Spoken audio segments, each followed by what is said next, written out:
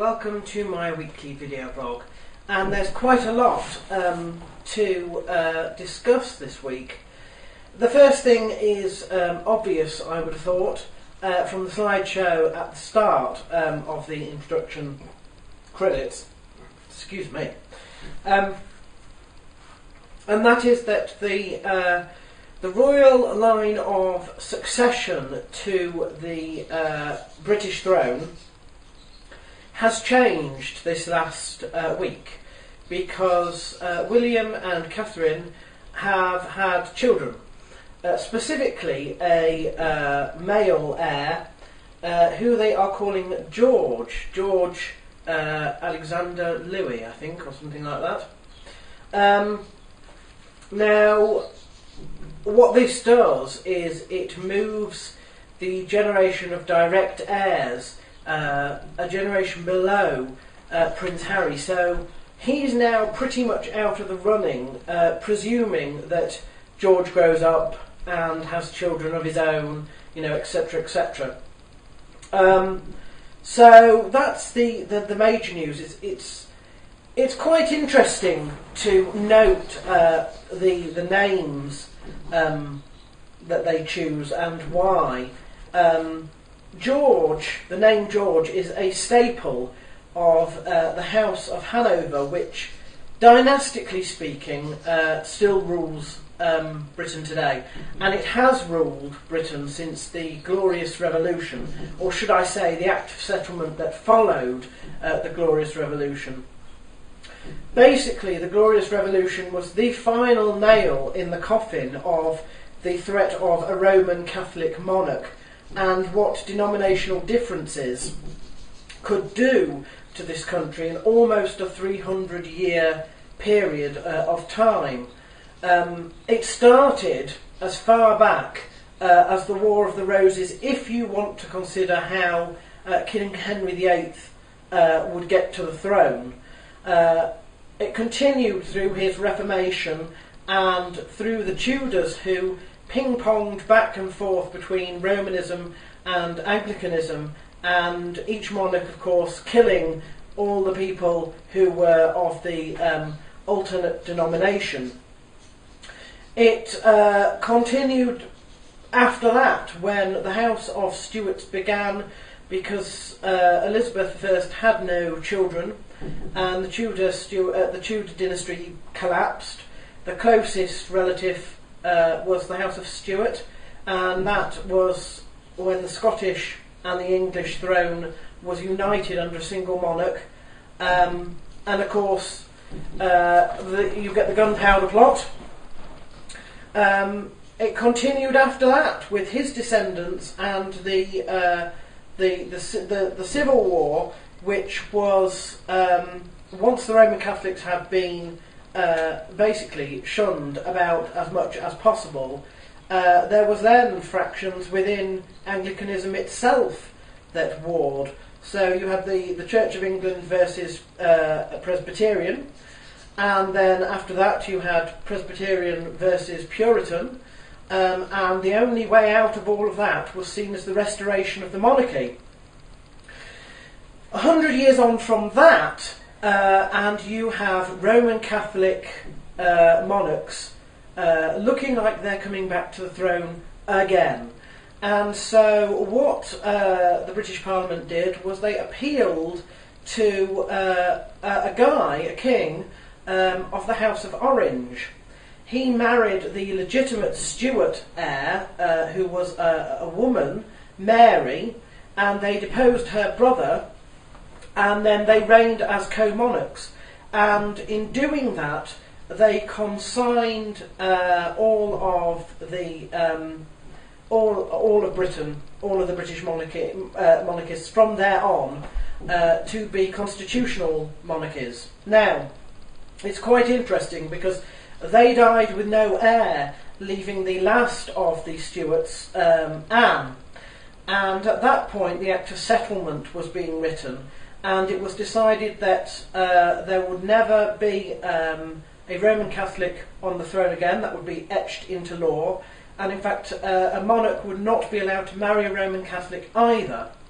Now, Anne had no heirs, So when she died, they went through the list of the succession, and they crossed out all the Roman Catholics, and they got to the closest Protestant, who was Sophia of Hanover.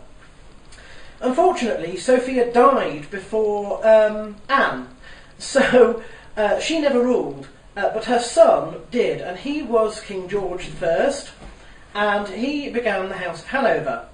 Now, Victoria is regarded sometimes as the last Hanover because she made a royal decree that after her, all her children were to take her consort's name, which was Saxe Coburg Gotha.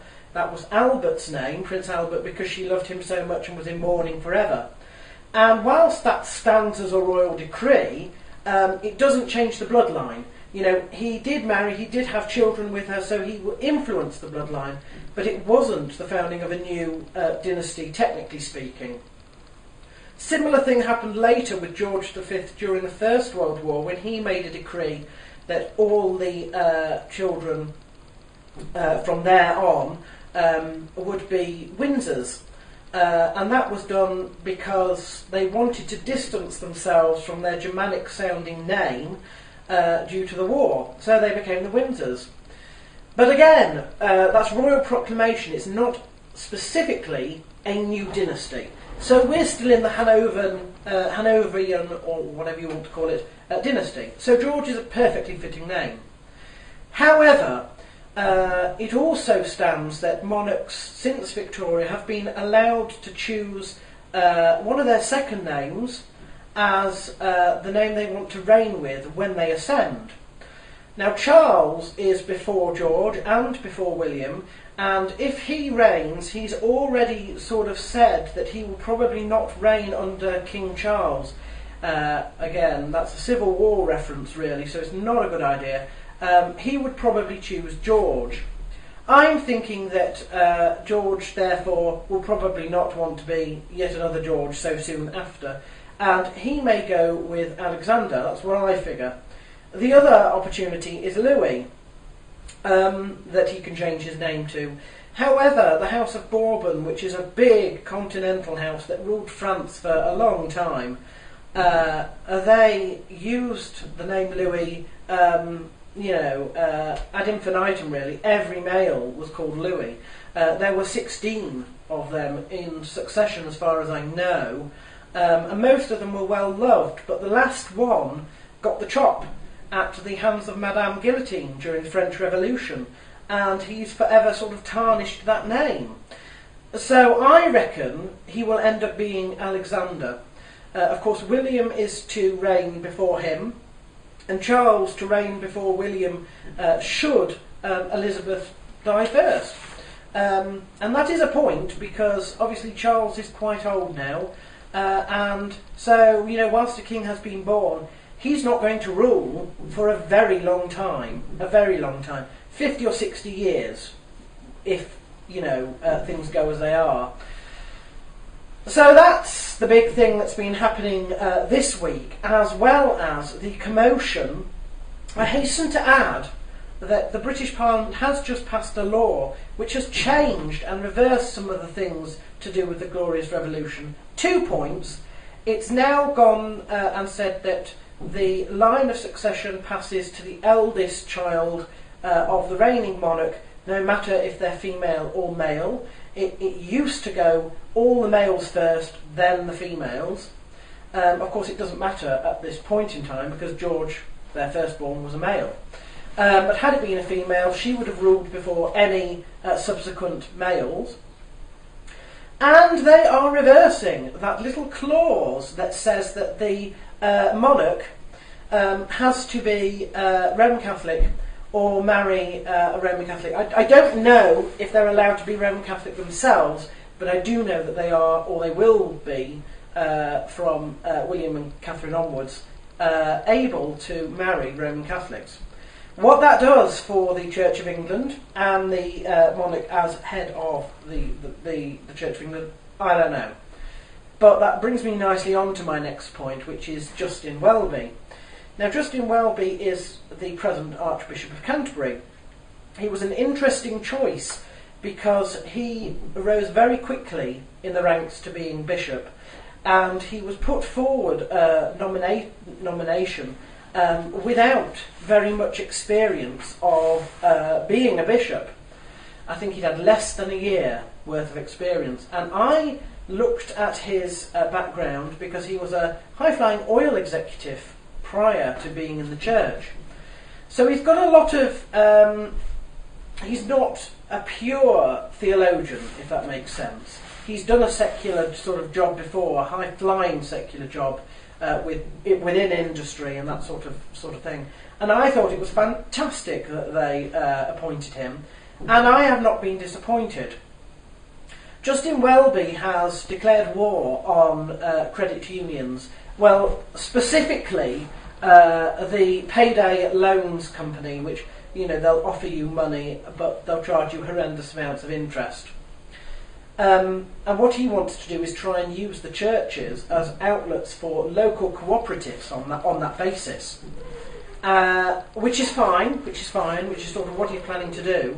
But it is interesting that he hasn't shied away from the criticism that, hang on, the church at the moment has been known to invest in companies which would go on to be these sort of big payday loan companies that he's rallying against. And, you know, a pure theologian could fall, could crumble at that sort of hypocrisy. And what he has said is, you know, I understand that completely, and what we're going to do is we're going to tackle that as well. We're going to do a full review and sort that out. So I think he's fantastic. I do think he's fantastic. Personally, I don't believe in credit unions. I don't believe in living beyond your means, period. I do have a credit card, which I do use, purely because if I want to order something on the internet, it is the only way to be able to buy over the internet. But what I always do is I pay it off immediately. I don't use it if I don't have the funds in my bank account. I would pay by other means if it were easier to do so. So and I have been somebody who's been in debt, serious debt. So I sort of understand the impulse, but I think the time for living beyond your means, you know, is well and truly over. You know, from the level of an individual to the level of an entire state. Next week is my last week before my retreat holiday. I haven't had a retreat holiday that's been separate from my autumnal holiday since 2008. So it's, you know, this is how I'm going to do it now. 2 weeks in March, 2 weeks in November, and my retreat holiday in August. So that is coming up. We've already got a few things lined up for that, including trips to we're going to do a theme park near Ripon, and we're going to do a trip to Scarborough, another trip to Scarborough, and I do also have plans to get another tattoo done over that week, and that will be a commemoration, really, of intrinsic value now that Jens the Budgie has, you know, obviously passed on. It's something that I've been planning for a very, very long time, so it shouldn't come as a surprise to anybody.